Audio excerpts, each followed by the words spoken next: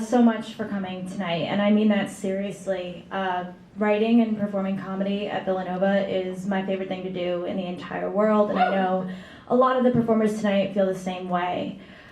So thank you, seriously. I think it's my favorite thing to do in the world because it gives me a lot of time with the funniest demographic that you can find on a college campus. 18-year-old boys. And I love them and I love writing comedy with them, but sometimes they'll say something that just makes it so clear that we're not on the same page at all. Like, I'll pitch a joke idea and they'll be like, yeah, that's good. You should do that in like a Palpatine impression. And I have to say, I don't know who that is. And then one of them will be like, oh, dude, Palpatine, like Emperor Palpatine from Star Wars, you don't watch Star Wars? And I have to be like, no, I have sex.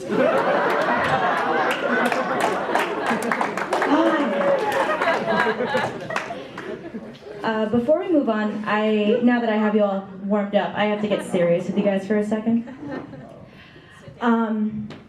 Like actually serious. So here's the thing. One of the reasons why I love comedy so much is because it gives me a genuine way to explore a lot of things in my life that are difficult.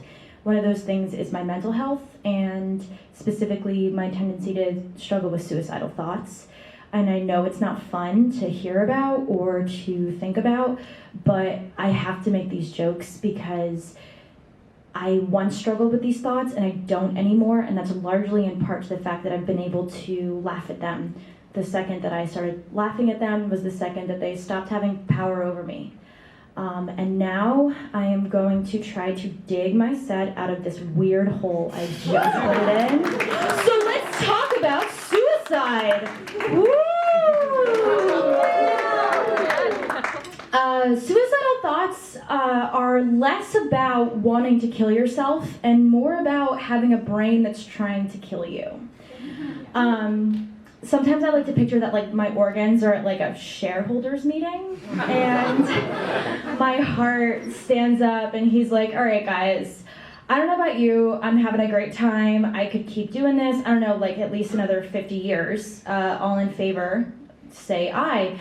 And my lungs are like, aye, and my kidneys are like, aye, and my pancreas is like, aye, and then my brain goes, well, hold on. Backpedal a little bit. I don't know if I necessarily agree with the rest of you. And then my heart goes, but why? What are you talking about? She's so good to us. And that's when my liver's like, she's not that good to me.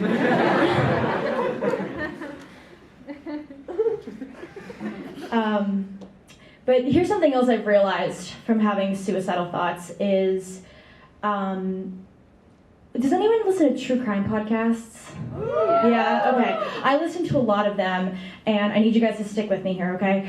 What I've learned from true crime podcasts is that when a person dies or goes missing under mysterious circumstances, the cops will talk to the people in that person's life to try to figure out if that person might have killed themselves. And every time the people in their life are like, no, absolutely not. She had no history of mental illness. She never talked about killing herself.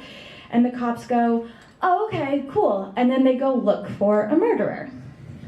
And what I've learned from all of this is that I think I am the easiest person to get away with murdering in the entire world.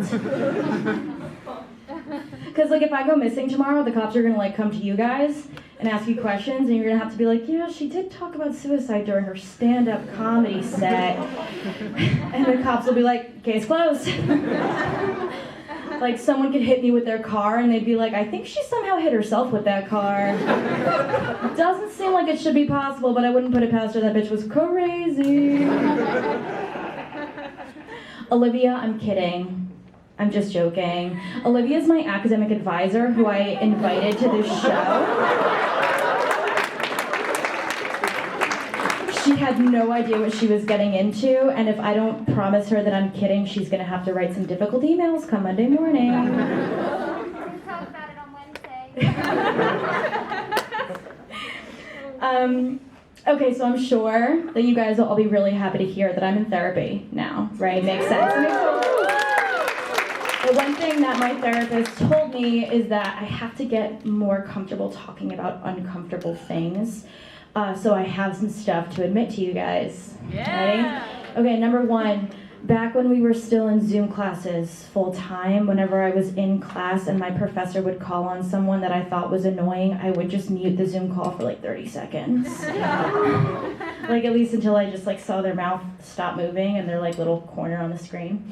But here's another reason that's a reason I kind of miss being in Zoom classes, and here's another one is when we were still in Zoom classes, if I needed to like cry, I could do it in private, which is a luxury that none of us have anymore. The first week of this semester, actually, I was crying on a bench on main campus, and audibly, visibly crying, and this group of girls walked by, and one of them goes, "He's not worth it, girl." And I had to be like, "Girl, I'm not crying because of a boy, I'm crying because of the bursar's office. Like, they put me on hold for 2 hours and then never answered my call, and now I have to cry on a bench on main campus." Here's another thing. That's two things. We're doing great. Third thing is that I like to lie. Lying is fun, and I'm tired of pretending that lying's not fun. I do it for sport. I don't do it where it counts. I do it for sport. I've been in a relationship for a long time now, but one of my favorite things to do before I was in that relationship would be to lie in order to play dumb to guys that would try to talk to me at parties and bars.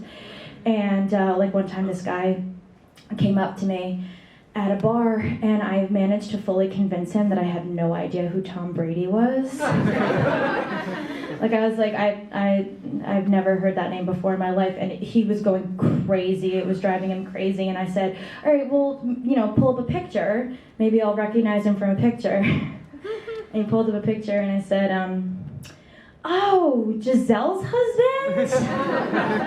Why didn't you just say it was Giselle's husband? Giselle's husband plays football? That's cool. That's cute. It's so nice when men have like their own thing on the side." Another time, I was at a party and a guy comes up to me and starts talking to me, and it somehow came into conversation that my family is Irish, and he said, "Oh yeah, my parents are Lebanese." And I said, "Oh, God, that's great. I'm actually bisexual."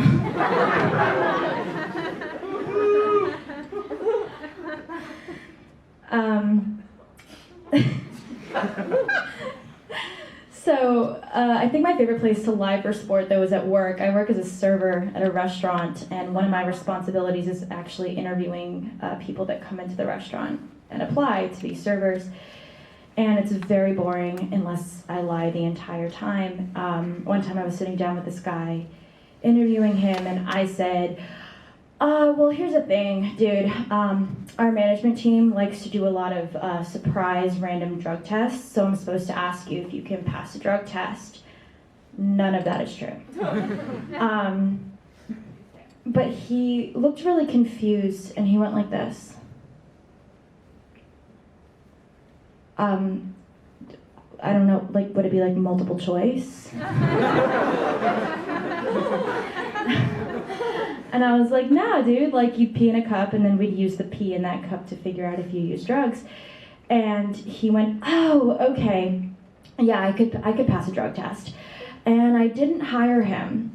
And not because he was too stupid to know what a drug test was, but because he didn't do drugs, and I don't hire fucking losers.